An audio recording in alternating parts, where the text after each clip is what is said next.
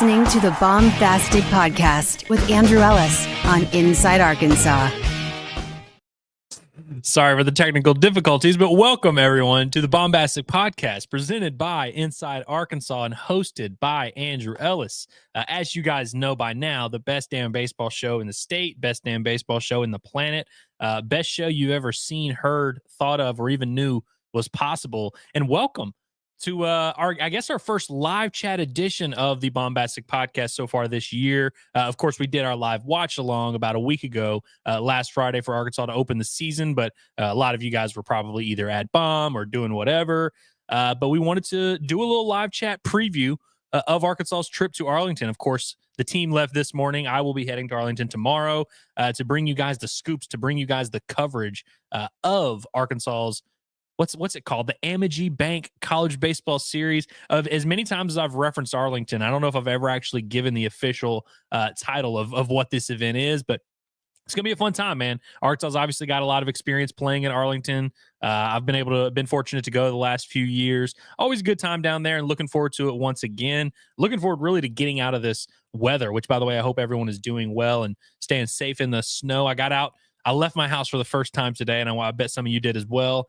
But again, hope everyone's staying warm, staying healthy, staying locked in, man. Staying locked in, because we got a big weekend of baseball ahead. So get that Flow Sports purchased and get ready to roll. Hope maybe if you got your Flow Sports purchase today, maybe you watched Arkansas softball. Saw they had they were up 6-0 last I checked. I stopped paying attention. I'm sure they won, as they tend to do. But again, appreciate everybody for being here on this live chat edition. And this is actually live. We did an Inside Arkansas live show that was pre-recorded as Curtis and John were making their way back from Auburn today. Do not envy them today, as they're making the long 10-hour trip, not on a flight, because we've of course had some issues with that. But this is actually live, so I will be responding to you guys. Always want to hear from you guys. I always kind of urge, hey, everyone comment, let me know what you think. But this is in real time. I'm counting on you guys to help me carry this show. But sort of what we're going to do is take a look at the three teams that Arkansas is playing this weekend. And again, it's early in the season. There's not much of a sample size for Arkansas or for any of these other teams. So it's a little bit of a half-assed preview. It's not a full deep dive. Although I did, hopefully you'll learn something. Hopefully you'll feel a little bit better about it after this. But it's a little bit tough early in the season because teams don't have their lineups set, don't necessarily have their pitching rotation set. You don't really know who the top bullpen guys are. I don't believe, as of this moment, 2:04 on Thursday, I don't believe Arkansas has announced their official rotation for the weekend. I'm sure that might come, whether it's later today when the team gets there, or we'll just know by tomorrow. But I also haven't seen any of the other teams announce their official who they're going with. So we're basically just doing some guesswork here. So before we do that, and by the way, after we run through the teams a little bit, that's of course when I'm really going to count on you guys. Let me know what you're looking forward to this weekend, any questions you have about the team, about other teams that Arkansas is playing, or just about the pitching rotation for the Arkansas Razorbacks. Maybe you want to argue with my circle of trust. Maybe you want to argue with the lineups that we have projected. Whatever the case may be, that's what we're here to do. We're here to have a great time and talk about it all. So again, appreciate everybody for being here and really looking forward to your participation. But before we do any of that, I want to talk to you guys about our boys over at Alumni Hall. If you're going to Arlington this weekend, which hopefully a lot of you are, and if you are, by the way, I hope to see some of you down there. I always appreciate anybody who, says what's up, especially because I'm going to be with my girl this weekend. So if you can shout me out and be like, oh man, Andrew, you're the man, dude. Love you. Your show's awesome. That'll really make me look good in front of my girl. And that's really ultimately why we do what we do, is to impress the women in our lives. But if you're going down to Arlington this weekend, make a quick little stop at Alumni Hall before you head out of Northwest Arkansas. Be careful getting over there in the snow and all that. But you can check those guys out over at 3417 North College Avenue, right there by Chipotle, where you can get you a burrito, right next to Cava, where you can get a different burrito, and right next to the Whole Foods where Curtis gets his groceries. So go check those guys out. The best Razorback sports merch selection you will find on the planet. You can get all the official baseball uniforms there. Any of the four that the team wear, you can get all the hats there, hoodies, need to bundle up, fuzzy socks, just tailgating stuff, whatever it is. Alumni Hall offers the ultimate Razorback shopping experience. So again, go check those guys out in Fayetteville. And if you're not in the area, or you don't want to leave your house in the cold weather, which is very valid, this website right here, insidearkansas.com/Alumni Hall, will take you to it. their online store. You can purchase there, and you can help those guys out because they do a lot for us, and we like to think we do a lot for them. So definitely go check those guys out. Alumni Hall, you've heard us talk about them 1,000 times now. The ultimate Razorback shopping experience. I firmly believe that in my heart of hearts. So, okay, let's talk about who Arkansas is going to be facing this weekend. So, of course, it's Kansas State on Friday, TCU on Saturday, and then Michigan on Sunday. A lot of familiarity here because, of course, Arkansas played Michigan in this exact situation last year in Game 3 in the early game. So we got a little bit of a glimpse of them. There's a lot of returning pieces on that team, and they're coming off of a really good weekend.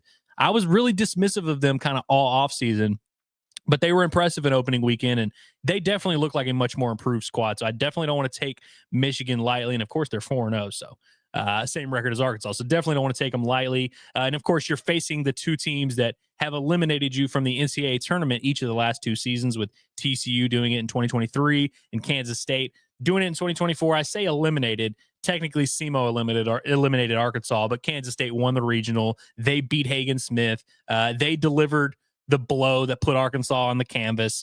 And that was kind of the team that is in Arkansas's nightmares, I guess you could say. And so you got a little bit of a chance for redemption. Again, there's a lot of familiarity there. And Arkansas played TCU in Arlington 2 years ago, the same year that they eliminated Arkansas from the NCAA tournament. They whipped up on them pretty good there in Arlington during this college baseball series. I believe that was on opening weekend. So just starting with Kansas State real quick, I'm inclined to believe they are kind of the weak link here. Of course, anytime you really feel that way or we kind of jump to that conclusion, we can be proven wrong really quickly. And again, it's early in the season. There's a very small sample size for all these teams, so there's not much to really go off of, and not much I think you can definitively say. A lot of these guys that maybe don't have good numbers early in the season might be the case different down the stretch. So we'll see. We'll kind of get a peek. You never really know how good these teams are as you're playing them. Like Washington State, we think they're not very good, but who knows? Maybe they're going to go on a run and win the Mountain West Conference. And so Kansas State coming into this weekend is, again, I say they're the weak link. From a record standpoint, they definitely are. Arkansas, TCU, and Michigan all undefeated, and Kansas State sitting here at 1-4. They had a 9-2 loss against Washington opening day, had an 8-3 loss against Coastal Carolina.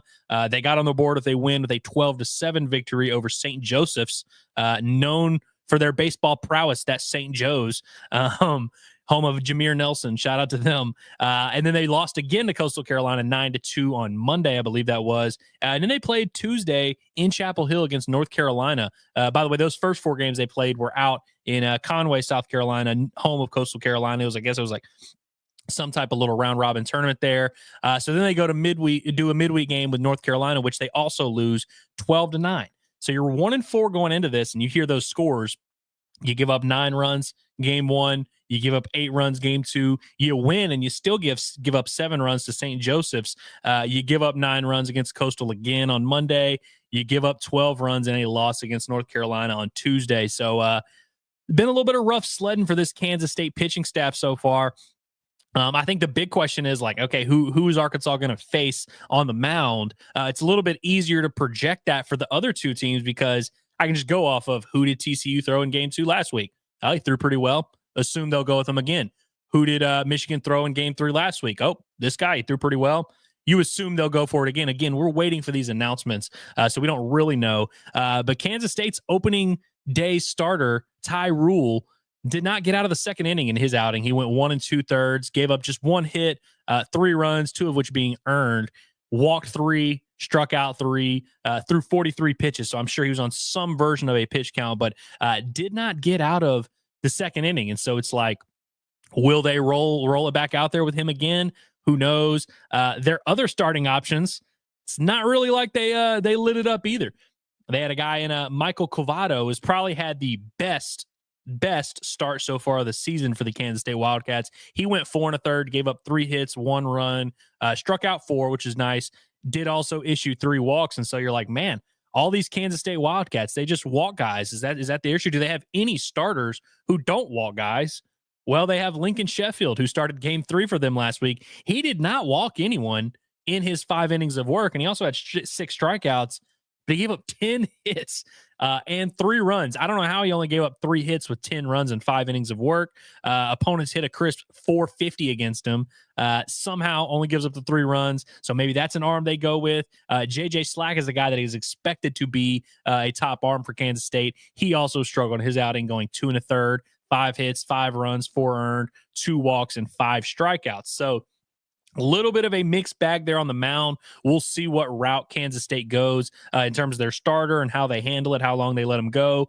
But as you can tell by just kind of the numbers I just read off for you there, it ain't going great for Kansas State on the mound. They also are among the top D1 teams in terms of errors. They have committed 13 errors through 5 games, which is a lot. And so, again, things are just not going well for the Kansas State Wildcats. Of course, going into the regional last year in Fayetteville, I didn't view them as much of a threat either. And so I don't want to overlook anybody, but on paper, at least, again, it's not going well for the Kansas State Wildcats. And in their lineup, again, if you're just looking at these 3 teams and you're trying to kind of assess it on paper, and really even including Arkansas in that, I would say on paper, Kansas State probably has the least imposing lineup.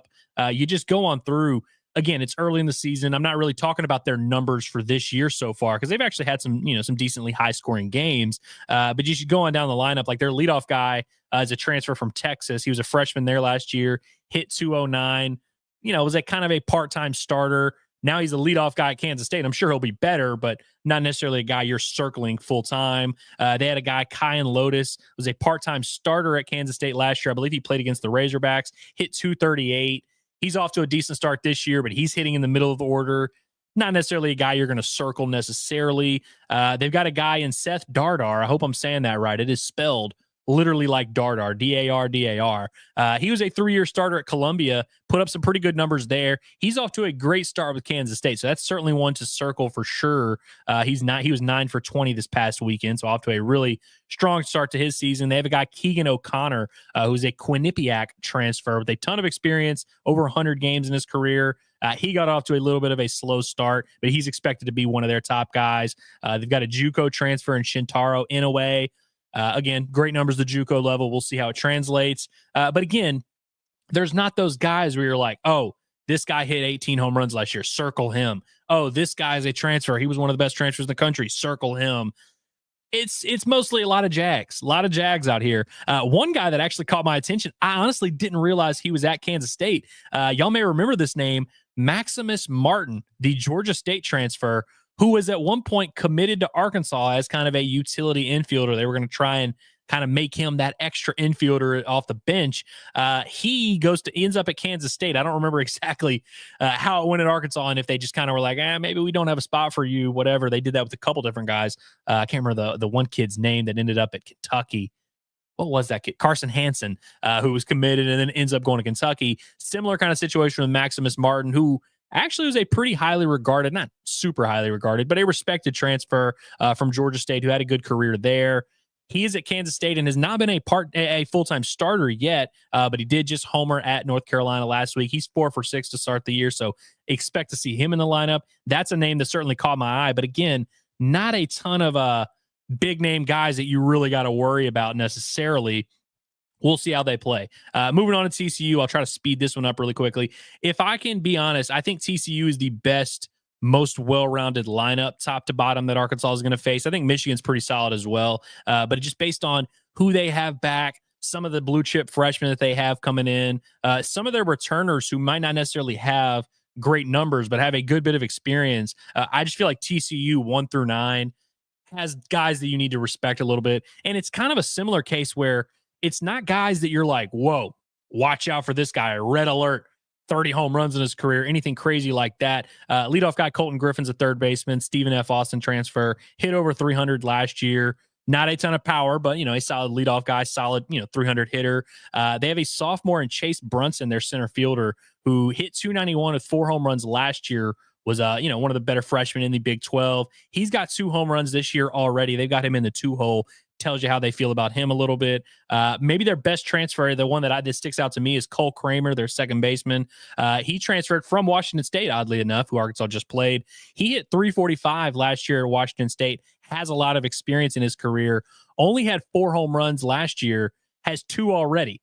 So same kind of situation as Brunson there in the outfield. A guy who has a high average, hits for a high average, clearly a good hitter. Now he's starting to hit for some power. TCU hit 11 home runs in the first 4 games. I believe that's one of the best rates in the entire country. So definitely some intriguing power numbers. We'll see if they're able to keep that up. They've got a transfer from Ohio State, their first baseman, Isaac Cedena, who was a part-time starter at Ohio State as a freshman last year, but showed off plenty of power, hit a few home runs, hit a few doubles. He's got 2 home runs already as well. So again, in the middle of that lineup, there's some guys that are off to pretty good starts, swinging the bat well. And I just really like their coach, Kirk Sarloos. I feel like all those guys are going to hit under him. Got a couple freshmen. Sawyer Strohsnyder, I hope I'm saying that right. He's going to be starting in right field. And Noah Franco, which is a name that some of you, if you're a nerd, might know because he was a top 15 overall freshman in this past year's class. He's a two-way guy that potentially you might see on the mound, but he's starting at DH for them. And then at the bottom, they've got a couple of veterans. Anthony Silva, their starting shortstop, is a name that may sound familiar to you because Arkansas faced him a lot a couple years ago. He started at shortstop as a freshman for TCU, had a really good year, all-conference guy, hit over 300, playing shortstop every day, really good defender. His numbers dipped off a good bit last year, and he's actually off to a slow start this year at 2 for 14. But that's another guy that like you just kind of have to respect, and they have him hitting 8-9. So it's like, if that's your eight-hole hitter, a guy who's a 300 career hitter and has 2 years of starting experience under his belt, that says a lot about your lineup. And in the 9-hole, they've got Carson Bowen, a catcher who's a similar story. Started for them as a freshman, hit over 300. Numbers dipped last year, but a guy with a ton of experience. We'll see what they do. TCU, we have a pretty good idea of who they're going to start on the mound. You guys also may remember this name. Tommy Lepore is the dude's name. Tommy Lepore, I thought Arkansas was maybe kind of interested in out of the portal. I reached out to him at one point and was like, hey, was Arkansas in the mix? And he was like, no, they haven't reached out yet. So maybe they weren't, but he's a Wichita State transfer who was a big-time recruit in his class. He's very projectable, 6'4", 230, fastballs in the mid-90s. And so, like, as a true sophomore, which is what he is as a right-hander, a guy that this time next year could be on that MLB draft radar, certainly. I mean, he's already kind of got the attention of scouts. Threw a ton as a freshman at Wichita State. Threw 78 innings last year at a 4.25 ERA, 69 strikeouts, 37 walks, which in 78 innings for a big guy that throws mid-90s, you would probably expect that strikeout rate to be a little bit higher. He actually, weirdly enough, who he reminds me of? Kind of like Ben Bybee in a weird way, where like, if I read you a description of Ben Bybee and I was like, hey, Arkansas's got this right-handed pitcher, 6'4", 225, long, rangy, projectable, fluid delivery, repeatable motion, throws in the mid-90s, throws a few different breaking balls, can mix speeds pretty well, pretty consistent strike thrower, you'd be like, dude, this guy's disgusting. But then you see him throw and you're kind of like, oh, he doesn't miss as many bats as you thought. Kind of like the idea of him is better than what actually is there on pay or what is actually out there on the field. I kind of feel that way about Tommy Lepore, but he's a true sophomore who, is just coming off his freshman year. This is his first time really pitching at this level. And he threw really well last week, threw 6 innings. I think he gave up 4 or 5 hits, but did not give up a run, struck out 5 or 6, threw the ball pretty well for the most part. He's intriguing to me, but I got to be honest. He's the kind of guy that, like, when Arkansas is really swinging it well, the kind of guy that Arkansas would eat up. The guys that give Arkansas trouble typically are the lefties that are throwing 89, that mix speeds really well, not the rangy, projectable, good stuff guys who maybe are early in their career and haven't really honed it in well. Those are the kind of guys that Arkansas usually jumps all over. So we'll see how they fare against Tommy Lepore, but he's definitely an intriguing arm where, he seems like one of those guys that in 5 years is going to be pitching in the big leagues, but he's still kind of figuring it out right now. So we'll see how he looks Saturday if he ends up being the guy. A couple bullpen arms that really stuck out to me. Braden Sloan, left-hander for TCU, didn't have great numbers last year, but he did have 43 strikeouts in 27 and a third. His ERA was like 5.50 or something crazy like that. So like nothing, that jumps off the page, but his strikeout rate was high. And he threw 4 innings last week and struck out 8. So he's definitely an arm to kind of look out for. And they've also got a big righty, Luis Rodriguez, who was their midweek starter last year. He's got 8 strikeouts through 4 2/3 across a couple of outings so far. So a couple bullpen arms to watch out for real quick. And Michigan, of course, who is 4-0. By the way, I didn't read you TCU's record there. They went out to San Diego last week and swept that series, won 4-0 on Friday, won 5-4 in extra innings on Saturday, won 9-2, and then 13-5 and 7-6. So, scored pretty consistently in all those games, held them down pretty solid. Good stuff from TCU. Moving on to Michigan, they are also 4-0.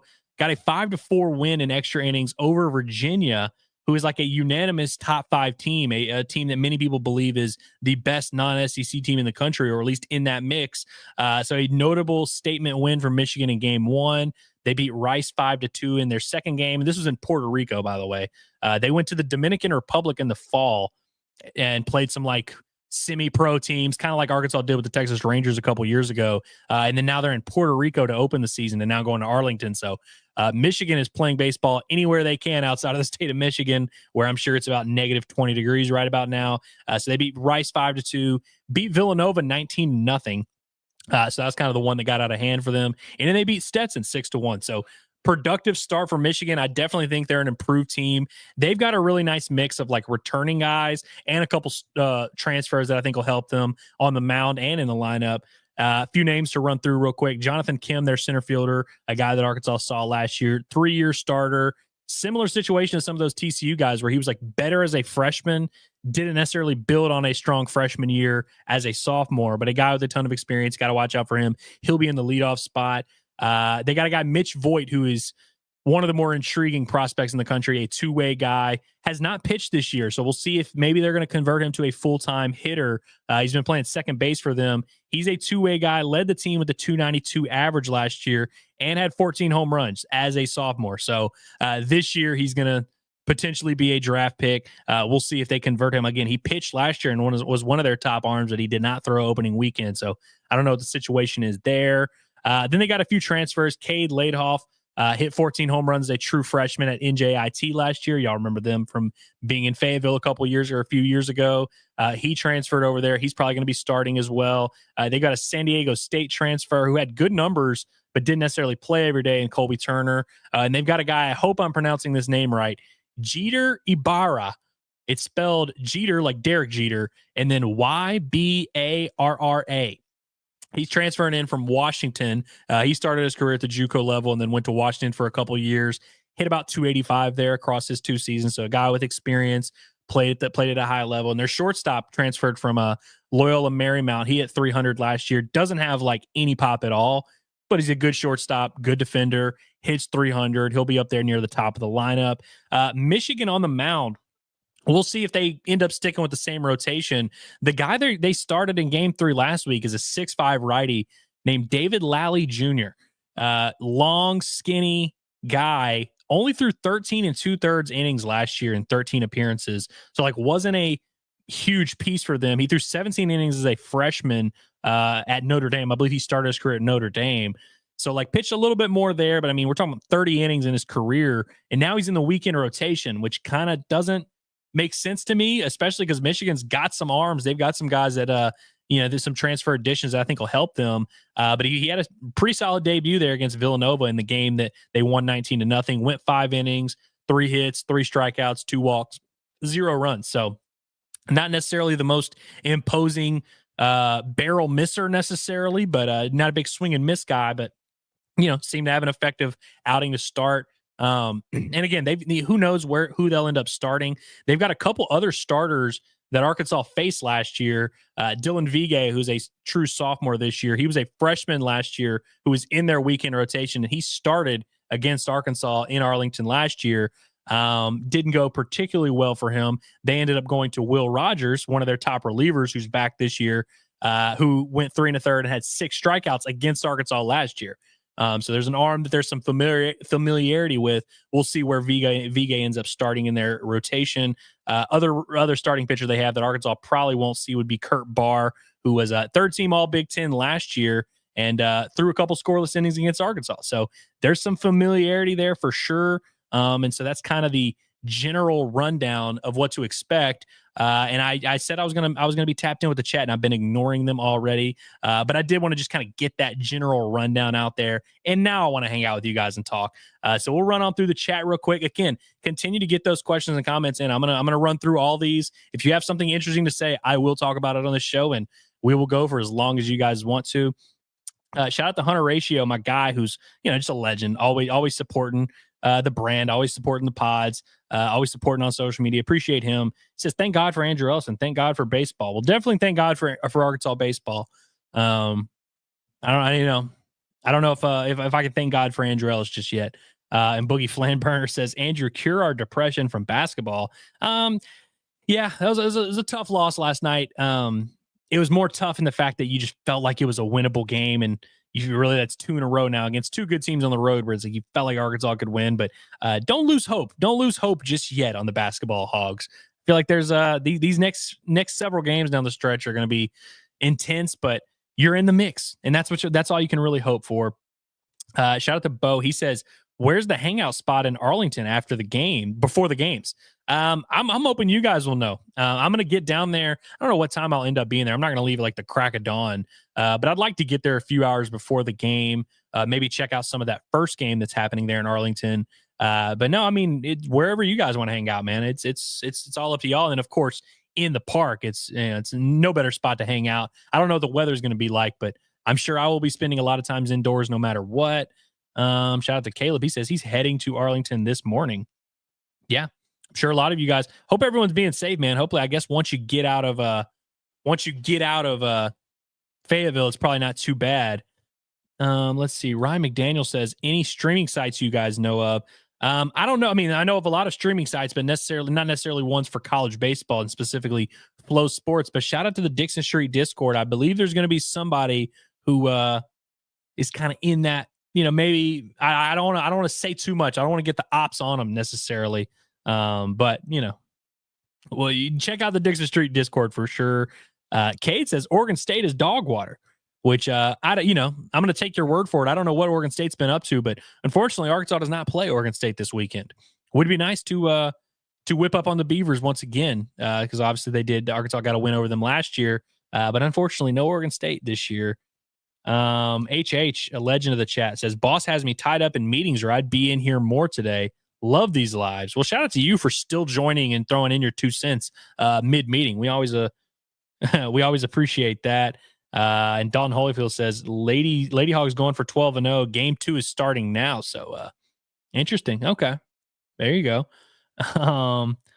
Let's see. Garrett McCollum says, do we have John and Curtis in the chat listening there in the long drive? I don't know. You'll have to talk to them, man. I have no idea. Maybe I'd like to think, but one of them's driving, so I hope they're staying safe. But who knows? Maybe they'll be in here mixing it up a little bit.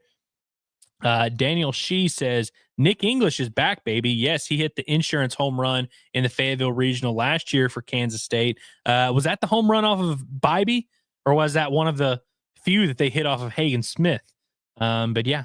Kansas State. Daniel Shee was like a big Kansas State supporter last year going into the NCAA tournament, and he turned out to be right. So definitely trust his word and trust his advice when it comes to Kansas State. Shout out to Jeremy Stewart. He says, I'm headed down to Arlington tomorrow to watch our Hogs. Same, man. And Flying Bacon says, NCAA tournament revenge tour this week. That is accurate, and that is true. And so I also think, going into the season, I've been thinking a lot of like, is there anything Arkansas can realistically do this year that will like convince fans that they're going to not choke in the postseason? And I don't think that realistically, I don't think beating Kansas State, beating TCU is going to necessarily prove that. But I think when you're trying to kind of dispel that narrative and trying to show fans that, hey, this team is different, I definitely think you can build up some goodwill if you go out there and beat the 2 teams that have beat you in the postseason the last couple of years. But I also do firmly believe, like last year when we came away from Arlington and Arkansas stunk it up at the plate, really struggled to hit, and really all 3 games never really got it going. There were some big time red flags that popped up. I think by the end of the series, Arkansas was like hitting like under 200 as a team or something crazy like that. Like it was ugly. And so I think that's another thing. You're kind of giving yourself a chance to right your wrongs. beat some teams that have beat you. But also, if you go out there and swing the bats well in Arlington, I think it might give fans a little bit of a confidence boost of like, hey, this team's not like last year. Last year's team couldn't hit in Arlington. And so I don't know if it really works like that, but I definitely think it would help. Shout out to Baseball Schizo, in parentheses, ball knower. So it's good to know that he knows ball. He says, should we bench Diggs forever for our Lord and Savior Kojal? So you shouldn't bench Diggs forever. I know a lot of fans, for some, like the fans have really turned on Kendall Diggs here lately. I don't know if it was just because he was banged up last year and they didn't like what they saw, or maybe it was him going 1 for 7 over the weekend. Like, I don't know if that's all they needed to see. But no, I don't think you should bench Kendall Diggs. But I also think, like, I think you can play Kojal and Diggs. I think you can play Kojal and Souza. And so every time I talk about any of these other guys, it's like, oh, bench them for Cam Kojal. And it's like, well, you can play them all. You know, you can play Kojal at first. You can play Kojal at DH. Hell, DBH is saying you can play Kojal at catcher. So maybe we'll have the talk soon about bench Ryder Helfrich for Kojal, which I don't think you should do that either. But I think that, you know, Kojal's the kind of guy that if he's in your top 9 hitters, there's more than enough ways you can find a way to get him in the lineup without having to bench, you know, returning starters and guys you expect to be really good. Ryan McDaniel says, have they announced a rotation yet? At least as of 30 minutes ago, they hadn't. I don't know if they've announced it here. Maybe I'll get to it in the chat. Maybe some people are blowing it up. But I had not seen it yet. So we'll kind of wait and see on that. And like I said, I believe it was on yesterday's show. I don't really care. You know, I think DVH kind of hinted at it possibly being Gage Wood, but a lot of signs also pointed to Landon Beidelshees being the guy. So we shall see. Ultimately, it doesn't really matter. I also had somebody point out to me that Landon Beidelshees has faced Michigan twice in his career. And so when you're talking about game 3 starter, one of those guys is going to start against Michigan. Maybe that goes into the decision-making quite a bit. Who knows? But we shall see. Danny Shee says, I'm quite literally in the house since I'm built like a stick and the cold weather is killing me. Yeah, Danny Shee's from H-Town, from Houston. And so I'm sure he's definitely not loving this negative temperature and, you know, 7-degree weather and all that. So, yeah, I mean, I could see how you're not having a good time. I mean, nobody's really having fun in the cold right now. Let's see. Tangular Water II5. By the way, okay, I want to apologize to you, Tangular, because I got it mixed up. So there was one time like a week or two ago where you and Ryan McDaniel, who's in the chat, of course, were like, y'all made the exact same comment at the exact same time. And then I was like, oh, he must just have like 2 accounts that worked out. And then I asked, and then Ryan, I think, said like, oh yeah, I've got 2. I'm logged in on my phone and my whatever, or something like that. So I just like automatically assumed, I was like, oh, it's the same person. But Tangular is not Ryan. So sorry, I apologize for that. But I saw your comment yesterday on the Pot at the Palace stream, and I wanted to apologize. But he says, Hunter Dietz was all the rage at this point of the season last year. Do you think he'll ever return to form? Well, one, was he all the rage at this time last year? Because I don't think he had made his collegiate debut yet. I don't think he pitched until like mid-April. And it was the same kind of situation where we knew how good he was. We were just kind of waiting to see if he was going to ever get healthy. It's tough to say return to form for a guy that's only pitched 1 inning in his collegiate career. Who knows, man? Like, I definitely don't like the vibes I'm getting with the Hunter Dietz situation and kind of the way that DVH has responded when asked about it. It seems like there's definitely some frustration there. Who knows if it's physical or just a mental hurdle that he has to get over. But I definitely would not close the book yet on Hunter Dietz. I mean, that's a really talented arm, and we see this happen a lot with guys that come back from injuries. We always like to say, oh, this guy's hurt, he'll be back in 12 months. And we just assume, all right, he'll be back and ready to roll. But, you know, these guys kind of everybody has to go at their own pace, has to build up. And so who knows? I wouldn't be shocked if just in a couple of weeks it's quiet and then all of a sudden it's like, all right, he's throwing in this midweek game. Here he is, and he's throwing 98. It's definitely too early to close the book on Hunter Dietz's chance, but I definitely don't think you should expect to see him anytime soon. TCU or Kim says TCU is the one to watch out for. I would agree with this. I had someone on Twitter ask me who's going to be the toughest game out of the 3. And I'm inclined to say TCU. I mean, they're ranked number 22 in the D1 baseball poll. I believe there's one poll that has them up there in the like 13, 14 range. So like, depending on where you look, They're definitely a top 25 team, but like depending on where you look, maybe a top 15, top 20 team as well. And again, on paper, I kind of went through it there. Like I feel like just have, a lot of decent returning pitching, decent starters in the lineup, some decent transfers, some good freshmen. Like I just kind of like the overall makeup of their roster, and I really like their head coach. And so, impressed with them for the most part. I think they are, again, on paper, the toughest one, but we shall see. David, a legend in the chat, says, finally, a real live show. And then he says, we're going to talk about this defense or let it play out for a few series. We can talk about it for sure. I mean, there's certainly certain spots that I feel like we have talked about a little bit and that are the ones to worry about. And David and I went back and forth on Twitter about this a few days ago, where he was kind of like wondering when's it time to hit the panic button. Definitely didn't come away thrilled with the way Arkansas played defense, at least in the opening weekend against Washington State. Dave kind of downplayed it. He was kind of like, we missed a few, but like, it's fine. It's cold. I think Arkansas was only charged with 2 errors on the weekend, which I would definitely say is like official scoring, home cooking type of stuff there. And a couple of them that like you couldn't rule an error, like the ball that Rocco Pepe just completely missed in right field. Definitely shouldn't have gone down on his error, but like it's clearly a misplay by the defender. But I would also point out that like most of the defensive miscues that happened with guys that might or might not be at that position, or it's guys that are kind of adapting to a new position. I mentioned Pepe at first base. We'll see if he ends up being there. And that's kind of one of the questions I want to figure out this weekend. We'll see if he ends up sticking around at first base, but he's kind of adjusting to a new position. So it's kind of like almost makes sense to expect some struggle there.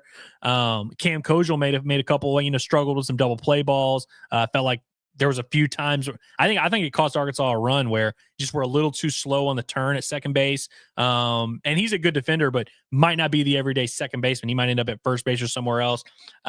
Michael Anderson also misplayed a ball at first base. Feel like there was another one, Charles Davalon, who I expect to be a good defender. I really do. I was very surprised by the 1 inning that he had there on Saturday against Washington State. There hasn't really been any sign of that. He was a corner outfielder at Florida Gulf Coast, and he's playing center field at Arkansas. So that's a move that like I wasn't really worried about or concerned about. And leading up to the season, I hadn't seen anything that would like give me pause. And really, outside of that 1 inning, I thought he was fine. But that 1 inning, he cost Arkansas at least 1 run and maybe 2. I thought that was a little bit weird, and so definitely something to keep an eye on. But I look around the field. I think Brent Iredale did a really good job at third base. I feel pretty solid about him being a competent defender. I think Vahiv Aloy has done nothing but get better defensively at shortstop from the time he got to campus to now. Like it's like night and day. I feel pretty good about him. Whoever ends up at second, whether it's Souza or Kojal, I feel pretty good about them overall. I think Helfrich had some moments. He made an error, made a throwing error that really cost Arkansas in that first game one on Friday. But I feel like he's pretty solid behind the plate. You got to see he showed off the throwing arm a couple times. They've always talked about how good he is receiving. I really like him. He's a good athlete behind home plate. Justin Thomas in left field, you feel okay about. Davalon, who again had the one really weird inning, I feel okay about him. And Kendall Diggs in right field, if that's where he ends up being, if he ends up being the everyday starter out there in right field, definitely never going to be a guy where like we can just be like, hey, never have to worry about him. He's a stud. Would never necessarily describe him as a great defender, but he makes the plays more often than not. He's definitely gotten a lot better over there in right field over the years. And so, for the most part, is Arkansas going to be an elite defensive team? Probably not. I wouldn't say that. Definitely not. I mean, like the last couple of years, they've been historically good. So there's probably going to be some regression either way. But I still overall, I don't think Arkansas is going to be a bad defensive team by any means. But we'll see how it plays out. It's definitely something to monitor. I'm less confident than I was this time last week for sure. By the way, I want to give a shout out to SCT, who I see a couple of his chats here. Oh, he says, I'm at Mojitos in Faye waiting for labor to start laboring. Y'all want anything? Shout out to SCT, one, for just being, a great Razorback baseball fan, great fan of the Inside Arkansas, great fan of the Baumbastic Podcast. Not a fan of John Neighbors, though. Big fan of the hog pen also. He gets really, really weird about the hog pen if you say that the hog pen's not cool. But shout out to SCT because I think he is about to be a father in a matter of hours. So best of luck to you, man. Prayers to you and the wife. And hope it all goes well, man. I don't remember if this is baby number 1, baby number 2, but shout out to SET, man.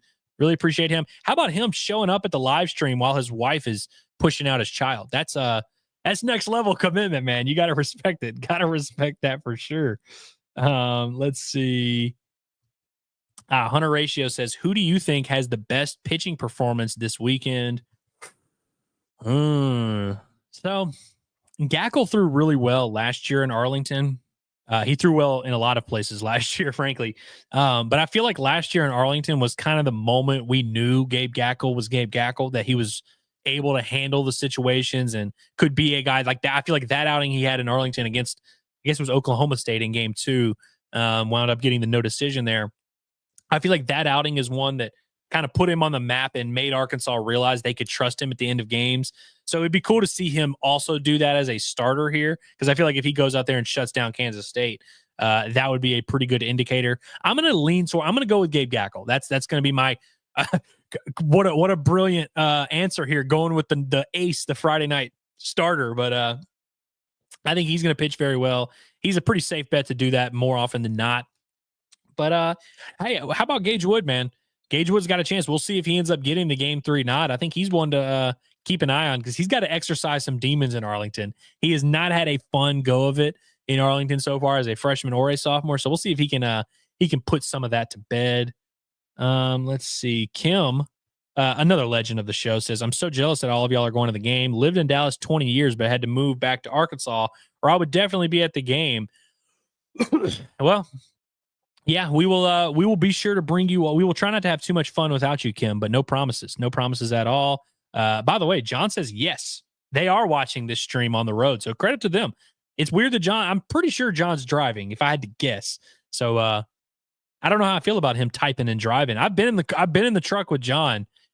He will do tasks on his phone while he's driving. Doesn't matter how long or how fast. He will make it work, man. Let's see. Aaron Emerson says, I just feel like this pitching staff will be too much for those other teams to handle. I would agree with that for the most part. And that's kind of like what you hope in a lot of these games. Obviously, when you face, Washington State's not like a poverty program, but when you face, opening weekend, you're usually facing a lesser opponent. You kind of expect that to happen, and you're surprised if it doesn't happen. But I would definitely love to see Arkansas kind of flex some muscle. I don't think TCU is, they've got a lot of experience, a lot of talented pieces in their lineup. I don't think they're going to be like blown away by what Arkansas brings to the table on the mound. But I do think like Kansas State might be a little bit, although they weren't blown away by Hagen Smith last year. So who knows? These are good teams though. Like let's give them their credit. They're definitely good teams, but I do think Arkansas is on just a little bit of a different level. And last year in Arlington, you want to talk about takeaways we had. What did Arkansas have in those? They had they set the school record for strikeouts, and then almost broke it again, or maybe did break it again on Friday and Saturday. Of course, Hagen had 17 of those himself, but Arkansas, man, they threw it really well last year. So you'd love to see something similar to that. Shout out to Jeremy Stewart. We got a super chat here. He says, love listening to Andrew talking hog baseball. I really appreciate that, Jeremy, man. Appreciate your contribution as well, man. Appreciate everybody for just being here, tapping in. And I appreciate y'all's appreciation for Arkansas baseball, man.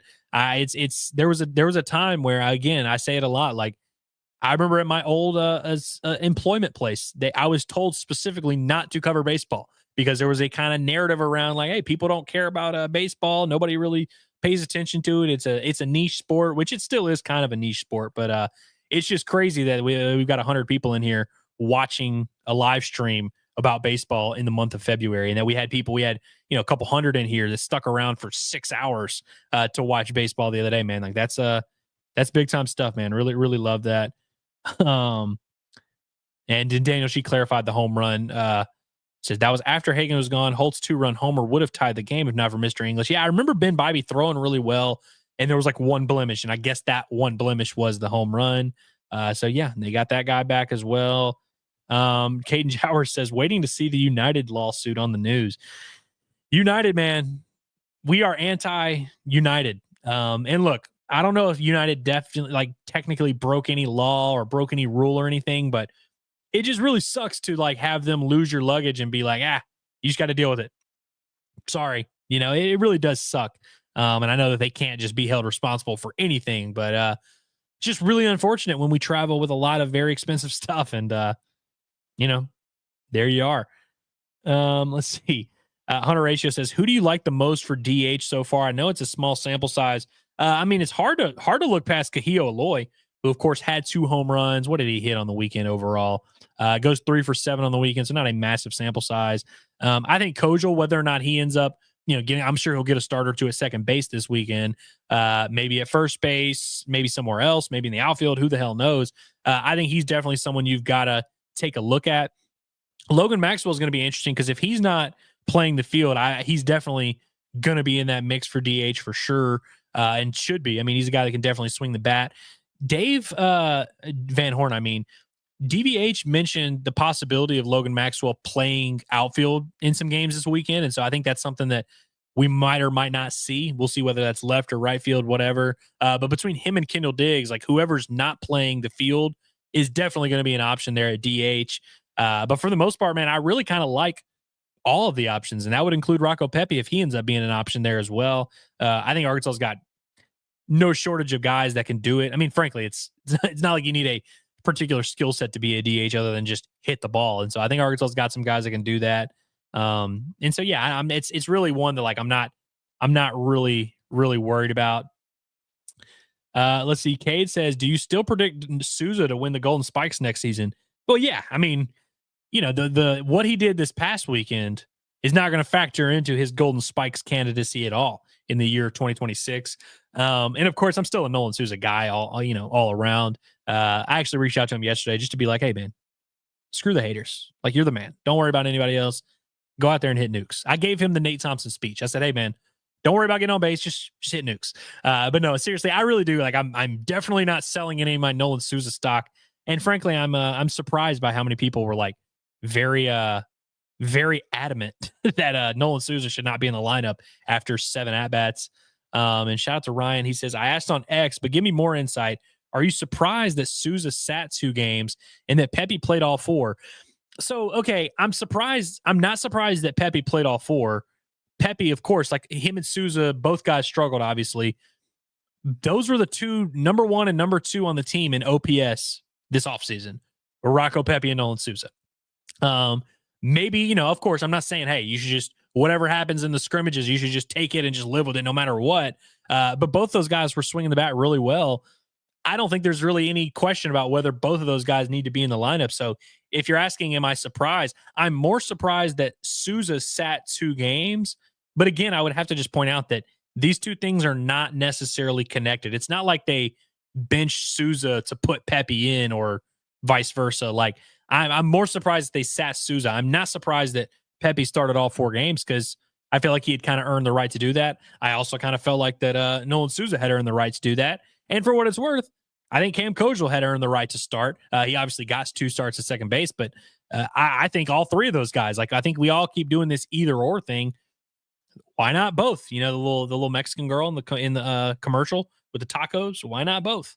I think all those guys should play. And so, yeah, I was more surprised again by Souza sitting in 2 games, but it does seem like that was just kind of the plan they had all along. And I'm just kind of not thrilled with that. I don't like whenever you have a guy who's clearly pressing at the plate. I'm not saying you should just let him strike out as many times as he wants, but I think if Nolan Souza didn't have confidence issues before, he certainly does now. And so we'll see how long it takes him to kind of snap out of this funk. And my guy Lane Hedge, who's a great supporter of the pod, great commenter as well.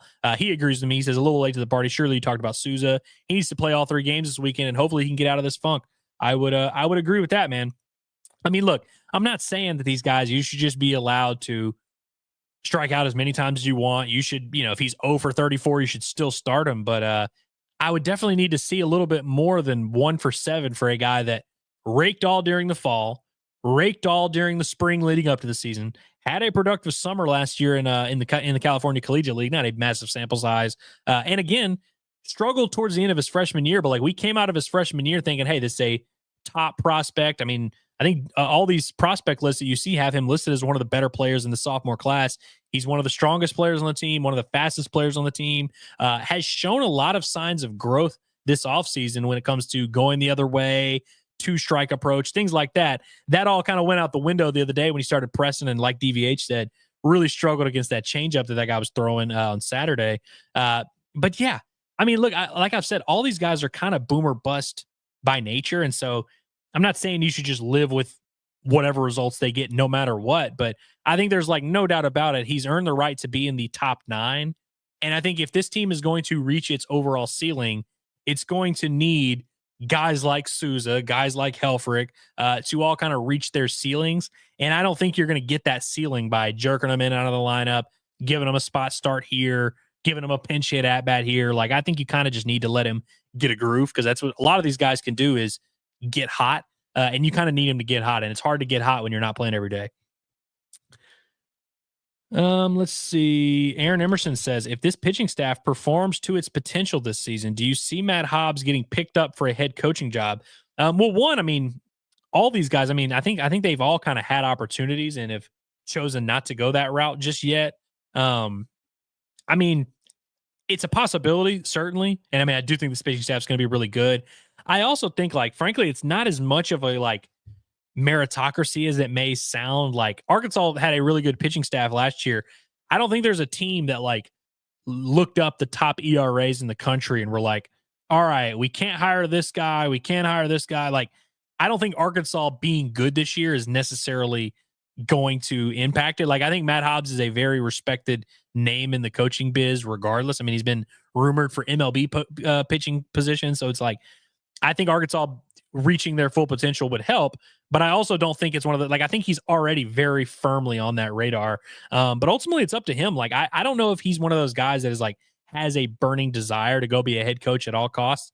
Frankly, I think if he sticks around at Arkansas for a while, he's going to wind up being a candidate for the Razorback vacancy. And so, like, it would have to be a very good situation. I think he would probably leave for, you know, like if another SEC team, like if Kentucky fired their coach, you know, maybe you'd think about it. Or, you know, maybe if Ole Miss fires Bianco and that job comes available, that would certainly be intriguing for anybody. But I don't think Matt Hobbs is just going to like go be the head coach at Texas State and work his way up. I think he's probably thinking, I've got a good chance to maybe be the guy who replaces Dave Van Horn in a few years. So I'll probably stick around unless a very good opportunity comes about. And Drew Bynum says, did Davalon play a corner outfield spot last year? He did. He did play a corner outfield spot last year. And that's why I was like, I wasn't super worried about his transition to center field. But when I was saying some of these guys that maybe had some struggles opening weekend, almost all of them were guys that were either not going to start there every day or guys that are adjusting to a new spot. And technically center field is a little bit of a new spot. He did play there all off season. But you know, we shall see. Alex Eden says, I think we lose a game this weekend 5-3. The offense is going to have one of those bad games, is going to have one bad game based on their recent showings. I would love to tell you you're wrong, Alex, but I don't know. That just seems kind of like what they do. Like they'll have they'll finish the weekend hitting 300, but there's going to be one game that the matchup isn't right. We shall see. Garrett McCollum says, is it just me, or do you also think Justin Thomas is clearly a better outfielder than Chuck? Wouldn't be surprised if Chuck and JT switch spots. I mean, I wouldn't be stunned either, especially with, you know, the way that Davalon, you know, had that one rough inning. But I got to be honest, and look, I know I caught some heat for saying this. DVH always references Justin Thomas for his defense, but I wouldn't say he's the most sure-handed defender out there in terms of catching the balls. He's obviously a very good athlete, one of the best athletes on the team. Got a pretty good arm as well. But I mean, like in the, I guess it was the Oklahoma State scrimmage, he made a couple like just point blank errors, like just routine fly balls hit to him that he just dropped.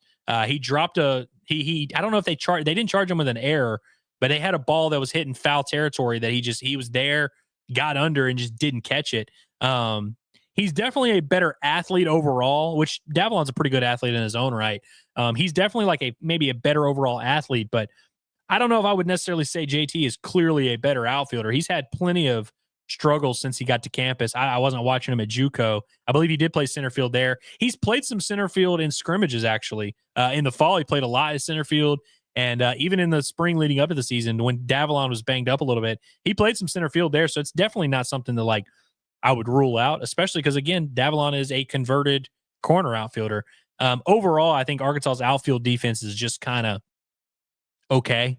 You know, like I just think it's like fine. I don't think any of these guys are necessarily all world defenders by any means.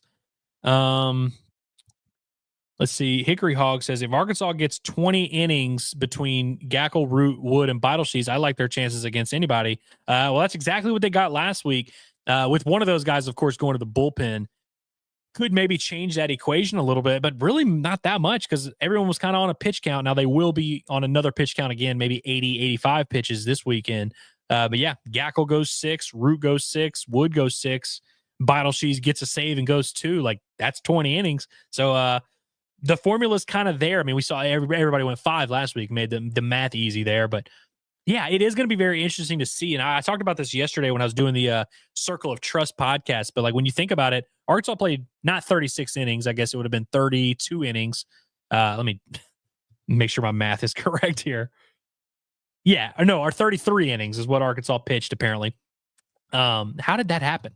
Oh, because there was an extra inning. There's an extra inning. But yeah, Arkansas threw 33 innings, and they even had some talented arms that they like weren't able to get into the game.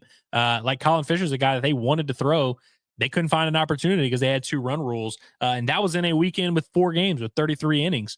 And that was with your starters on a pitch count. So you think about later into the year when these guys are really able to throw 100, 110 pitches. Obviously, you don't want to overuse anybody.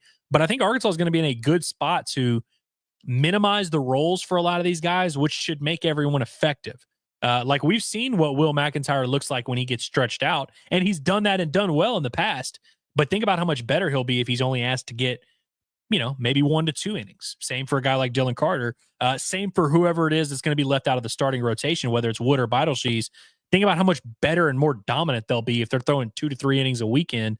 And of course, the same applies for guys like Fouch and Wiggins, and just go on down the line. So it's definitely very interesting to see like how they're going to manage the pitching staff. You got a lot of mouths to feed, a lot of 97-mile-an-hour mouths to feed. John says, who will be this year's Caleb Cali? I mean, I think it's definitely Souza at this point. Dude, y'all should have seen. So look, a lot of people have been dunking on me with Nolan Souza, which I got to say, I understand we're all like, we have fun. It's in jest.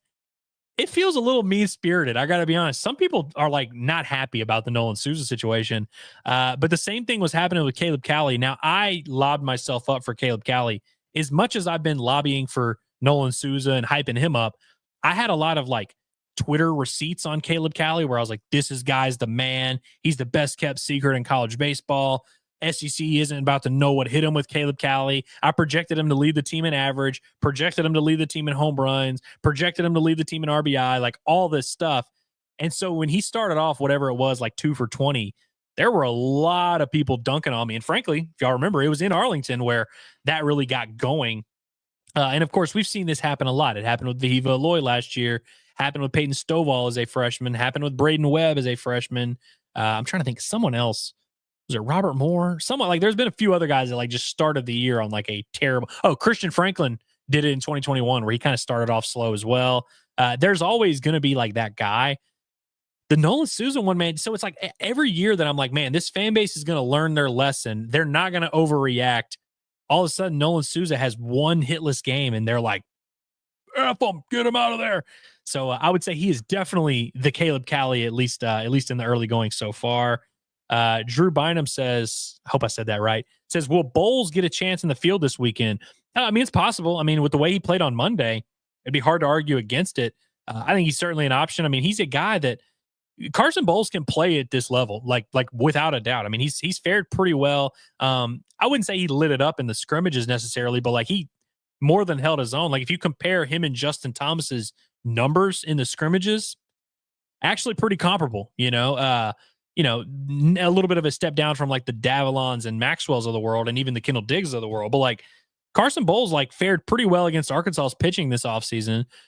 Clearly fared well against Washington State's pitching by the time they got down to the end of the barrel there. But like Carson Bowles can play at this level. And I feel like I've been a little dismissive of Bowles because I know a lot of people have been asking about him.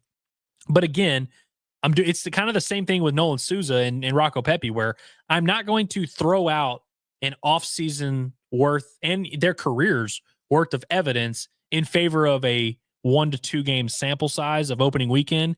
I'm also not going to do the same with Carson Bowles, where y'all been listening to the podcast. I have not been saying, hey, watch out, Carson Bowles. You got to watch out for him. Because in the scrimmages, I feel like it kind of was, it was clear he's not in the top 9. So I'm not all of a sudden, after he goes 2 for 3 against a guy throwing 85, I'm not going to say, hey, now we need to seriously consider him for the starting lineup. And so it's so kind of the way I view it is, if he's not going to start an SEC play, what's the value in starting him now? And I guess the argument would be, well, how do you know he's not going to start an SEC play? Which is fair. But I feel like if Maxwell's healthy, if Diggs is healthy, if Pepe gets going the way he usually does, Davalon, Thomas, you just kind of go on down the line. I don't really see the path, if everyone's healthy, for Carson Bowles starting every day. And so it's kind of like, and this is unfair for me to just be like, why even start him on the weekends at all? Because really all you're doing is preventing some of those other guys from getting hot. But who knows? Hickory Hog says, feel like Pepe is one waiting to have a breakout game this weekend. I would agree with this. I mean, he's been very good like all offseason. He's been pretty consistent throughout his career. I would also argue he wasn't as bad opening weekend as his numbers would indicate.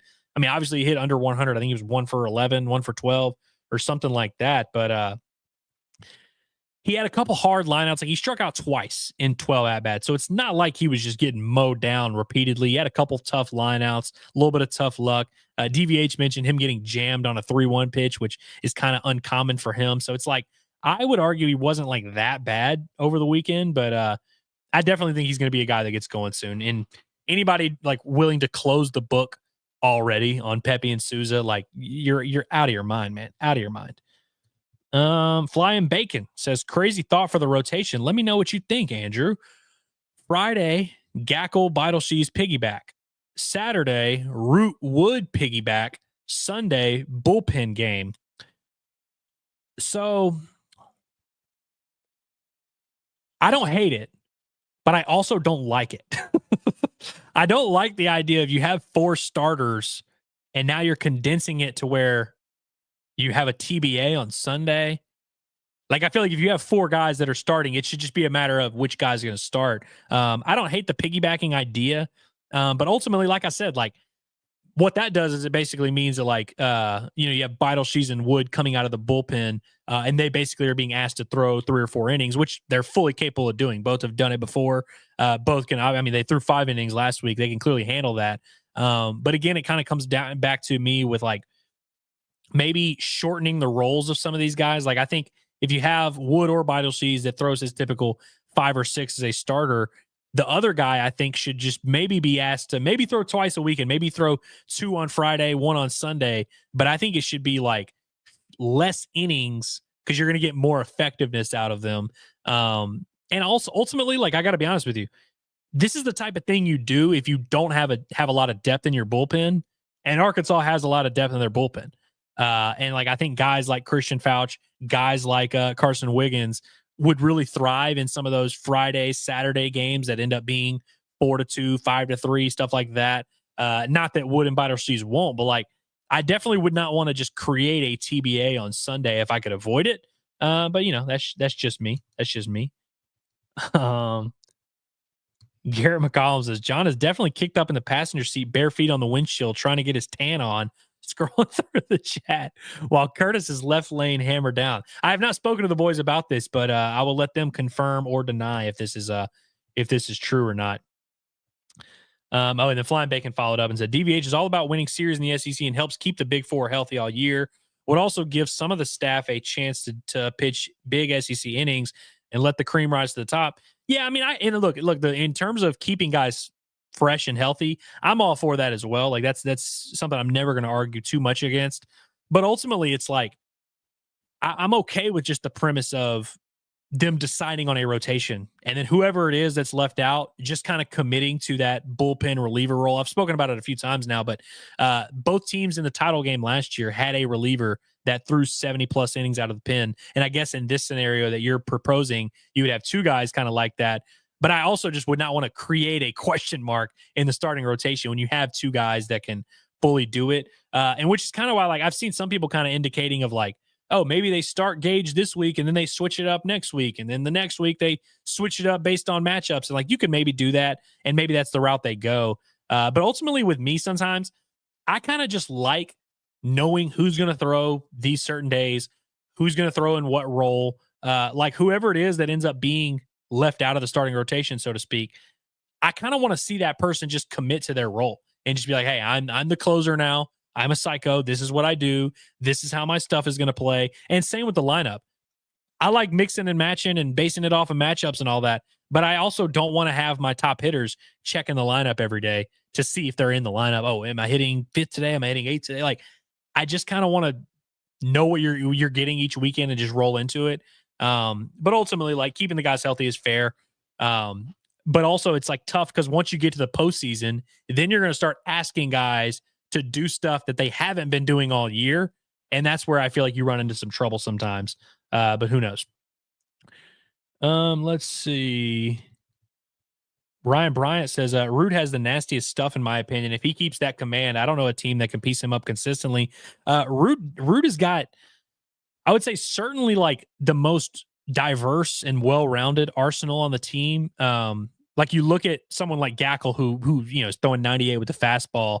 And I would say even Gackle's slider is like certainly a plus pitch. Like that 2-pitch combo might be the nastiest, but I mean, Root legitimately throws 4 pitches, including a cutter left-handed. Like it's just stuff you don't typically see every day.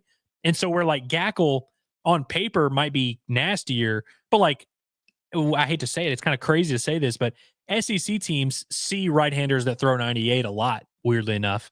They see left or right-handed guys that throw a fastball slider combo that's 96, 87. Like Gackle is almost like traditional in a way, even though he's throwing 98 and he's 19 years old. Historically, that's not traditional, but like nowadays, like there's just kind of a lot of guys like that. Of course, I do think he's of the upper echelon, but I think what kind of sets Root apart is that you just don't see lefties with his particular arsenal and his pitch ability. And so like, I think that's like a fair assessment. Like I definitely think Root is a unique cat. He's going to be one that just kind of matches up well against any team.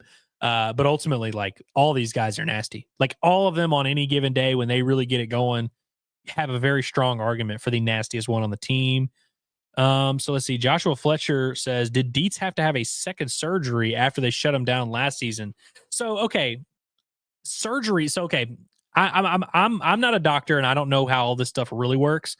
My understanding was that whatever procedure he had to start last season, it wasn't like a surgery necessarily. I don't know what the terminology is, what exactly they did, because obviously it wasn't Tommy John. He ended up having afterwards the internal brace procedure there, which I guess you can count that as a surgery. But yeah, he basically did have 2 different things, but it wasn't like 2 Tommy Johns. And it was just kind of a thing where I don't think they really properly identified it in the early going. But he did end up having a second procedure after the season. But I don't know if it was like the same one or if it was different. And I really don't know the details of what that early season one was. I think it was a pretty minor, checkup ordeal. I don't think they really did anything too crazy because he only missed like a handful. He missed like a month or something like that in terms of not throwing. Then the second one was kind of the more legitimate procedure, internal brace, that kept him out for a while. Whereas the first one was really just like a kind of patched together type of thing.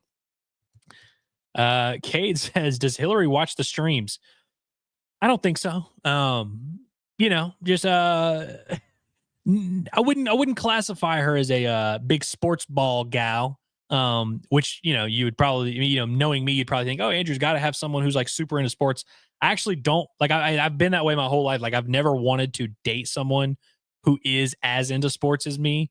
One, because if they're as into sports as me, they're a little bit of a weirdo. But also, like, when I get done working and I get done doing this, I do sometimes like to unplug and do whatever. And so I kind of enjoy that. She'll pop in and support here and there. I mean, she's very supportive, does a lot of stuff. She cranks out a bunch of merch. She's going to be rocking. If you're in Arlington this weekend and you see a really gorgeous woman wearing a hoodie that says the Baumbastic Podcast, that is Hillary, and she made that hoodie.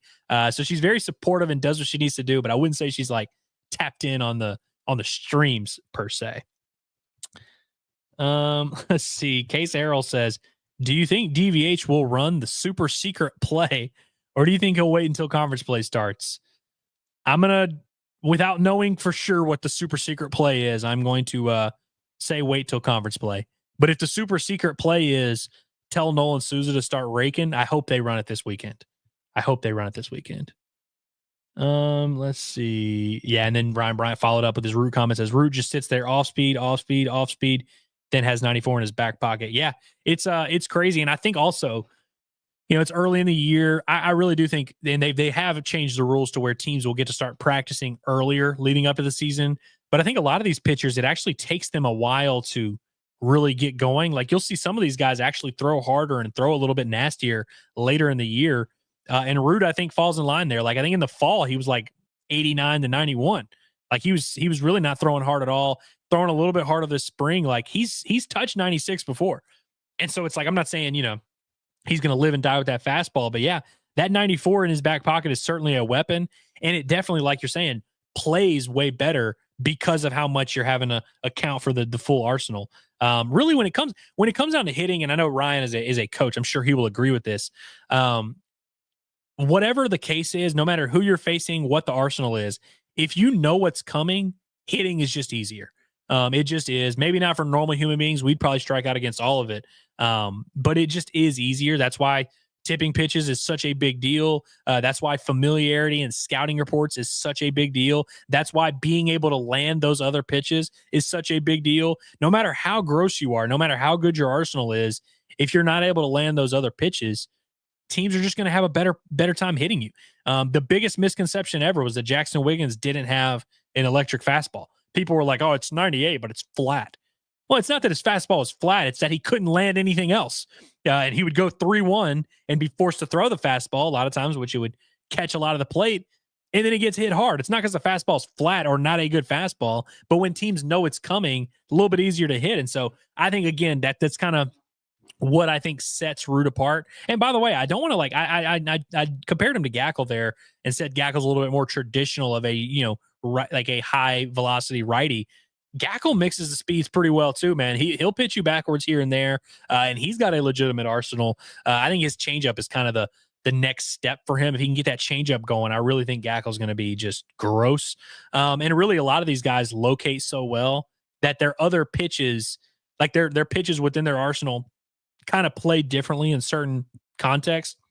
Isaiah Campbell, I think that was one of the things that set him apart, is he would throw a little slider cutter mix, and it was one pitch, but he would throw it different early in counts, and he'd kind of throw the swing and miss. It would be anywhere from like 85 to 90, and he would kind of mix it up and manipulate it when he needed to. Of course, Kevin Kopps definitely did the same thing.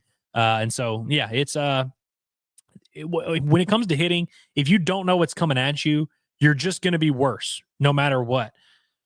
Alex, which by the way, Alex does a great job supporting the show. Always appreciate him. He says Gage Wood is officially the Sunday starter this weekend.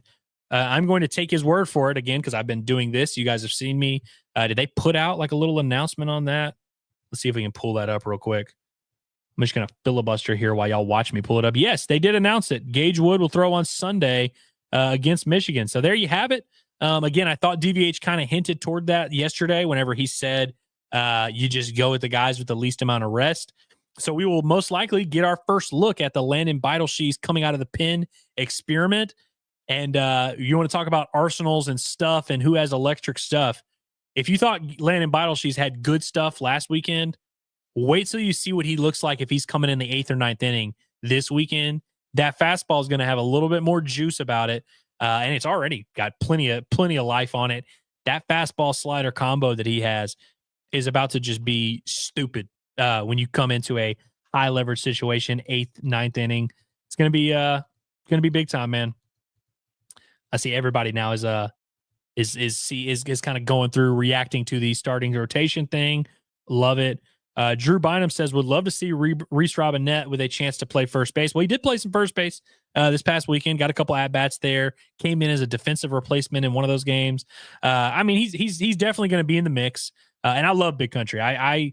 You will not find an Arkansas media guy who has hyped up Big Country as much as I have, to the point where I've heard murmurs that they're talking shit on the Hogs sports board. They're like, wow, this idiot thinks Reese Robinette can play at this level. I'm not arguing for Reese Robinette to be an everyday starter. It kind of, and I think he will get a chance because I think they really like his defense, and he's another guy that can hit at this level, no doubt about it. Most places in the country, Reese Robinette would be a for sure starter. Carson Bowles would be a for sure starter.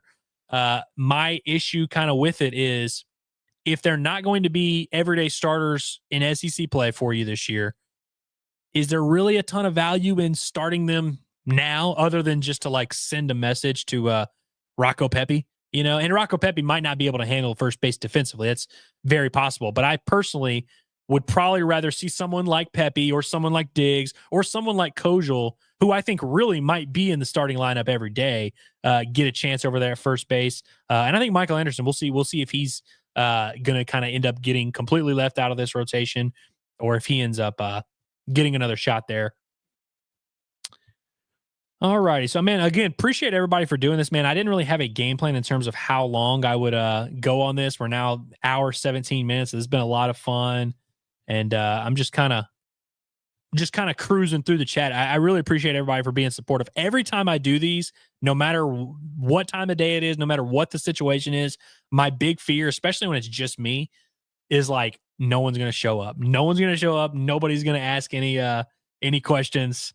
That's always my big fear. So I appreciate you guys for showing up and for making this fun, man. I always love chatting, talking ball with anybody, man. Hunter Ratio says Thomas will end up drawing more walks than striking out. Well, he's off to a damn good start in that realm. He's got 7 walks and 1 strikeout. I'm trying to be careful with how I word everything. We see these guys in opening weekend. We got our first look at 4 games. I would not live and die with the sample size you guys have there. And I mean that in good ways and bad. Because I think Justin Thomas is a very streaky hitter at the plate. DVH has referenced him as such multiple times. And frankly, throughout the fall and spring scrimmages, we saw that play out. Like I think he hit around like 245, 255 when you add it all together. There were some hot streaks. There were some low streaks. Now the key though is if he does draw walks, I think that's a game changer. And I think that kind of keeps him in the lineup. But I think everybody has kind of decided that Nolan Souza and Rocco Pepe suck and Justin Thomas is the man and all these other, Carson Bowles is the man. And I would just say, like, let's just wait and let these things play out because I think you guys are going to, if you kind of set that expectation based on what you saw opening weekend, I think some people are going to be a little bit annoyed when Justin Thomas has a weekend where he goes, 2 for 12 with 6 or 7 strikeouts. Let's see. Drew Bynum says, will we see Diggs only in right field this weekend? Who knows, man, dude? Like, seriously, who knows? I would like to see him, frankly, like, I know there's opinions vary on Kendall Diggs.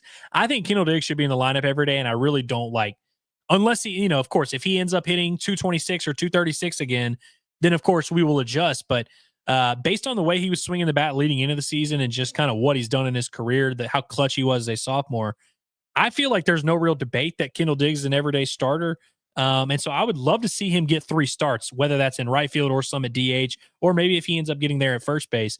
But I think he does a good job in right field for the most part defensively. And again, like that's really what I'm aiming for, and it won't happen this weekend. I want Arkansas to reach their certified, these are our 9 guys, as quickly as possible. You just do not want to go into the postseason not knowing who's starting at key spots. And right now, Arkansas doesn't know who's starting at first base. They don't know who's starting in the outfield. They don't know who's starting at DH. And I think they should try and get that figured out as soon as possible. And I think Kendall Diggs might be the quickest path to doing that at right field if he can start swinging the bat the way that he had leading up to the season. So not sure, but we shall see. Let's see. Ryan says DVH said Kojal needed to dial back and use more of a 2-strike approach swing compared to a home run swing. I think Souza could benefit as well. The man empties the tank every swing, certainly. And see, that's the most frustrating part right there, Ryan, is that obviously, because I agree, especially in that Saturday game, Souza was very clearly pressing, trying so hard. He was trying, as DVH said, trying to get more than 1 hit in every at-bat. He sees his average starting to dip down. He's like, crap, you start feeling that pressure. I need to get some hits and correct this average. And you're over there trying to do too much, as they say in the biz. That was the most encouraging part of Nolan Souza's offseason to me. Whether it was the fall, whether it was the spring, he was hitting opposite field triples. He was getting in 1-2 counts, working the count back to 3-2, smoking a base hit to left field. Like, he was going opposite field a lot. And having a good 2-strike approach. And think about how fast he is. That's one thing that Nolan Souza, whether he ends up hitting for as high average as I expect he will or not, or whether he ends up hitting 15, 20 home runs or not, he does draw a lot of walks. That's something he did a lot in his freshman year. Even when he was struggling, he was working walks. He drew a lot of walks this offseason. I think in the fall, he led the team in walks. So that's one thing. Like, even if there is going to be some swing and miss, which there just always is, one with anybody, like just playing baseball, but with Nolan in particular, like, he's going to be a guy that swings and misses, just like Vahiva Loy is going to swing and miss, just like Brent Iredale is going to swing and miss. But if he's working walks, I don't really see it. When you have the power upside that he clearly has, you have the speed, you have the ability to get on base with walks, and of course the power, he's a guy that can get hot.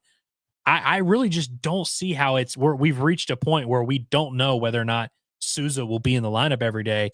And that's not a knock I'm surprised DVH got there as well, but seems like they really did not like what they saw on Saturday. And then Ryan says, to be fair, it does seem like we have way more options with the bat than we did last year. The guys who are producing are going to be the ones who play. We didn't have the luxury of sitting someone last season. Yeah, no, that's fair. And you just think about it. Like, some of the guys that Arkansas was mixing in there, like in the outfield rotation, which was, a little bit of a disaster last year. You had Ty Wilmsmeyer in center field. You had Ross Lovich that was playing left field a good bit. You had Will Edmondson, who played left field a good bit. Jason Jones, of course, mixed in there. And Jason Jones, by the way, seems like he's off to a pretty strong start. You also had Jack Wagner kind of working in there at first base. And I think all those guys are like pretty solid baseball players, had their moments, each of them. And Jason Jones might have as much talent as any of them, any of these guys we're talking about. But overall, like, when I just look at the options this year, I feel better about them than I did last year. Whereas all those guys that I just listed off, I'm sure there was a lot of cringing from some of you fans that were like, oh God, glad we're not there in there. Three-headed closing monster, Fouch, Cheese, and Wiggins. Yeah. Quite the freaking monster that is, man. That's a righty that throws 100 with a splitter. You got a righty that throws 100 with a slider, and you've got a lefty that throws 96 with a slider, gyro pitch, and can mix in a curveball and a changeup as well. Shoo. That is that's something, man. That's going to be interesting. Any update on Cooper Dossett? So Gage, I'm not picking on you when I say this. So many people have been asking me this lately that I feel like I'm going crazy. I don't know how many different ways I can say that Cooper Dossett tore his UCL and is out for the year. Like, we got to just, I love Cooper Dossett. I thought he did some good things for Arkansas last year. I don't know why so many people keep asking about him. Like, he's out for the year. Like, he's not going to pitch this year. He's very good. I think if he can get back healthy, he's going to be a guy that will definitely help Arkansas, but he's out for the year. There's, if you're asking for like an update on his rehab, I really don't know, but he's not going to be available this year unless something like crazy happens, and definitely not going to be available anytime soon. Devin Talley says, looking way, way ahead, and we're going to wrap up here soon, I swear, guys. Devin Talley says, looking way, way ahead, do you believe this team can get back to Omaha and dogpile in Omaha? I think they can definitely get back to Omaha, like, without a doubt. I think that's the standard. I feel like that's the expectation. I think if this team doesn't get to Omaha, you guys and me, we should be a little sad and we should be a little disappointed. Hell, they're ranked 5th in the country. There's 8 teams in Omaha. You should be one of those teams. And I just think it's been long enough. We've had our 2-year hiatus. I've had enough. I want to get back to Omaha. I know you guys do as well. I definitely think they can get back there. And in terms of dogpiling, yes, I think Arkansas has all the pieces to win a national title, but there's a lot of teams who have all the pieces as well. I think A&M is going to be a problem. I think LSU is going to be a problem, and Tennessee might be a problem as well. And Drew Bynum has a good question here. He says, do you think DVH is ever surprised when this guy or that guy gets off to a slow start? Yeah, I think he is definitely surprised sometimes. And I love Dave Van Horn. Like, I really do. I don't really have any actual criticism for him. If I could offer even one slight one, I think he gets more bothered by it than he probably should. And look, you want your guys to play well. Like, when you have good players, you want them to go out there and perform. But I think they've gotten into this trap the last few years of being very reactionary with the lineup. And crap, this guy's not hitting. Oh, he's in a slump. Let's take him out. All right, now this guy's in there. Oh, wait, now he's slumping. Let's take him out. okay, no, let's put this guy here and we're going to move this guy here. Wait, they're slumping. All right, get him out. And it's like, if you just do that, you're going to be chasing, you're going to be like a dog chasing your tail all season long. And frankly, that's what Arkansas has done the last 2 years. And I'm not saying that's the reason, but I think it's no coincidence that the lineup has never reached their collective ceiling the last few years. It's because I think they spend a lot of time, especially in these early weeks, dicking around and moving guys around when it's like, sometimes you just like, baseball's a freaking hard sport. You don't need to make it any harder.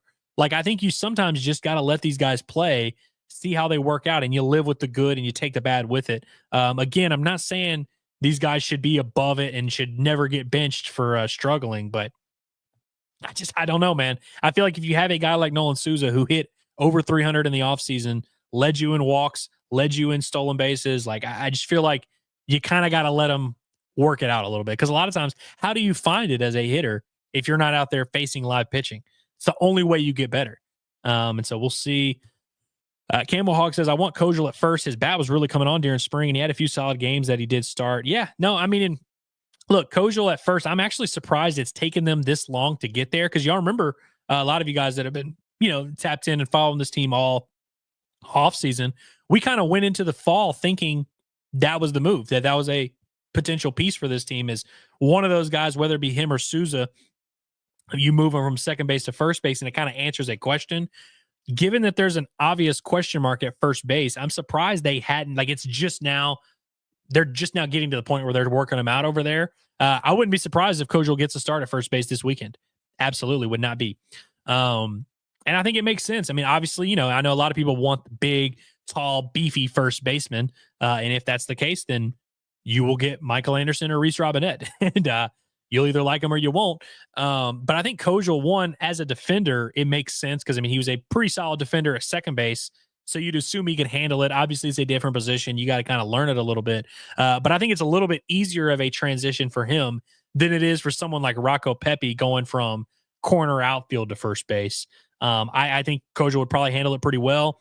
He also just has that kind of personality and skill set where, like, I feel like he would handle anything. I think there's a reason they're talking about him as a potential catcher, because I think he kind of has that makeup. But yeah, I mean, I definitely think it makes a lot of sense. And so I'm with you, Camel Hog. I think that's kind of where I'm leaning at this point in time.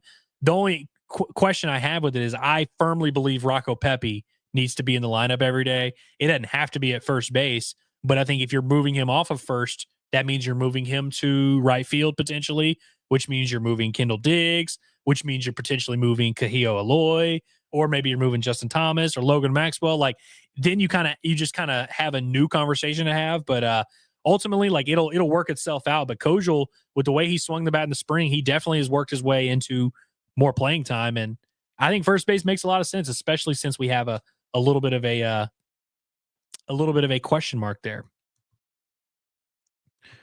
Let's see. Yep. Let's see. Hog just pulls in. He says, "Who's he talking about? Souza?" Well, ask a question and I'll answer it. I don't know. We talked a little bit about Souza, talked a little bit about Kojal, and we're about to wrap up here in a minute, guys. But again, appreciate everybody for being in here and making this chat fun, man. We've gone about an hour and a half now. There's still over 100 people in here, man. And yeah, it's been a lot of fun. I really cannot wait to get back down there to Arlington and start recapping some of these games. I don't know exactly how that's going to look. I'm probably just going to record videos from my hotel.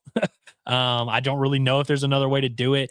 I maybe could record something at Globe Life, but it is tough because, there's music playing. That's when you get hit with the copyright stuff. I also don't know what their rules are in terms of filming stuff. I don't know if they're going to allow us to do that, but we shall see. Caleb says, if they put Kojal at first, the overall team fielding percentage will be lower because he's only 5'10". I guess I don't follow the logic here. I feel like, so you're saying that, like, people are going to be throwing balls over his head, which, like, potentially, I guess, but I also feel like you could help the fielding percentage by just scooping ground, balls that are like low throws and stuff like that. And I feel like Rocco Pepe, like, I think Kojal's better equipped to do that than Rocco Pepe. And also, like, Arkansas's had a lot of really good first basemen over the years that are not the prototypical 6'3", 220 first baseman. Like, Brady Slavin certainly fits that criteria. But, like, outside of him, I mean, Ben McLaughlin is little bit taller than 5'10", but like not necessarily your big, beefy first baseman. Peyton Stovall, was he 5'9", 5'10"? He was one of the best first basemen you've had. Trevor Rizal is like 5'7", 5'8". He might be the best first baseman you had. He was an SEC all SEC defender. Clark Egan's another guy that comes to mind, is like just someone they've thrown out over there. Jared Gates is a little bit bigger, but like it's actually kind of rare that Arkansas has a true like big 6'3". Like Chad Spanberger is kind of the only one I can really think of that comes to mind. Brady Slavens, I guess, kind of fits that criteria as well. But even Brady Slavens was a converted third baseman. So it's like ultimately, like I feel like, I don't know. I feel like Kojal would be fine there, and he would actually be probably more qualified to do it than a lot of those guys. And I see Sharkenshaw pops in here. Ficacello played first, didn't he? Yeah. And he was tall. What was he? 6'3", 6'4". He was a tall first baseman for sure. Arkansas's had a few, but they've certainly had a lot of like 5'9" dirtbags playing first base, and it's gone pretty well for a lot of those. So I get the notion of like you want to have your infielders able to throw high, but I think a lot of people that have played baseball, Ryan Bryant, I want to hear your opinion on this. Scooping low throws, I feel like happens way more often at first base than I got to stretch out and catch the ball that's 10 feet high, obviously. And it is kind of unfortunate that the one of the two errors that have been made this year was Ryder Helfrich throwing a ball that like literally someone 2 inches taller would have been able to catch. But I also really do feel that like Rocco Pepe just isn't comfortable at first base. Like I think that's clear more than anything. I don't think that his struggles at first are because he's small. I think he just hasn't played first a ton, frankly. He just doesn't feel comfortable with whether it's the footwork, whether it's the just confidence there. I don't know. He's kind of like Scott Hatteberg, picking machine, just not quite comfortable there at first base. But I definitely think Kojal would do a lot better than it may seem on paper. Cade also, by the way, says, I wish we had Trevor Rizal as our hitting coach. He's the hitting coach at SEMO. I mean, if you want Trevor Rizal as your hitting coach, I'm sure you could, Arkansas could buy out his contract. I would maybe let him get a few years of seasoning at the D1 level before we make that move. But, I think it'd be cool if he maybe one day ended up being the hitting coach at Arkansas. He definitely had a great year at Arkansas for sure. Let's see. Kim Muckleroy says, Andrew, do you know any way we can watch the games? Yeah, Flow Sports is unfortunately the route there. I saw Ryan McDaniel getting directed in the right direction, getting pointed in the right direction of the Dixon Street Discord, which that Discord server should have somebody at least streaming something. You could also listen on the radio, but yeah, it's kind of tough. It's kind of tough in terms of viewing this weekend. You're basically going to have to drop the $30 and get a monthly Flow Sports membership. Just remember to cancel it on Monday. Let's see. Ryan McDaniel says the Stovall was 6 foot. I don't know what the U of A lists Peyton Stovall at. I really don't know. He was not 6 feet tall. He was shorter than me, and I'm 5'10". Like I mean, in real life, I'm talking about like we like see very close to eye, and I am not 6 foot at all. He definitely would not fit the criteria of like a tall first baseman. But if the U of A listed him at 6 foot, they are smoking crack. But who knows? Well, guys, all right, we've gone about a little over an hour and a half. I hope I sufficed most of you guys' question. I appreciate everybody for joining. Appreciate everybody's participation, man. It really is awesome.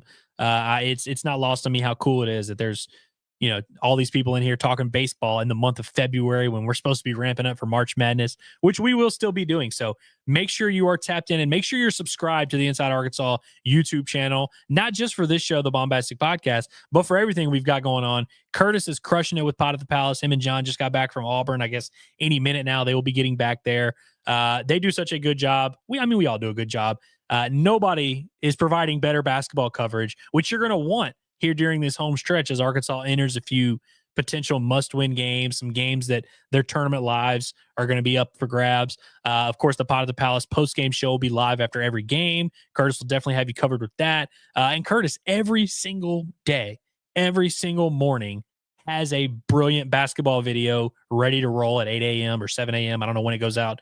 But literally every single day, dude's bringing the basketball coverage. So you want to be tapped in with that. You also want to be tapped in with this show, the Baumbastic Podcast. If you enjoyed what you want there, we also just go live any time of the day. There's of course our Inside Arkansas live show that's live from at noon every weekday. Football, whenever that rolls around, when spring practice gets here, we'll have Pod of That Nature rolling up. So definitely don't want to miss out, man. So make sure you're subscribed to the Inside Arkansas YouTube channel. Make sure you're subscribed to the Baumbastic Podcast, wherever it is you get your podcast, whether that's Apple, Spotify, Amazon. We are on all of it. So hit us up there. Leave us a nice like, rate, review, whatever you got to do. Only 5-star reviews, of course. It still bugs me that there's one guy on Apple that gave me a 1-star review. That really bugs me. It fuels me every day. But don't be like him. Give me the 5-star. Give me a nice little thing about how I've changed your life and all that. That's what we want. But seriously, thank you guys so much for being here. Again, I will be there tomorrow in Arlington to provide immediate post-game coverage of Arkansas's first game against Kansas State. We'll continue to keep you updated with everything that goes on over the weekend. And safe travels going to Arlington for everybody that is traveling. Hope you enjoyed it. It's been another brilliant edition of the Baumbastic Podcast. Have a great weekend, everybody. Stay safe.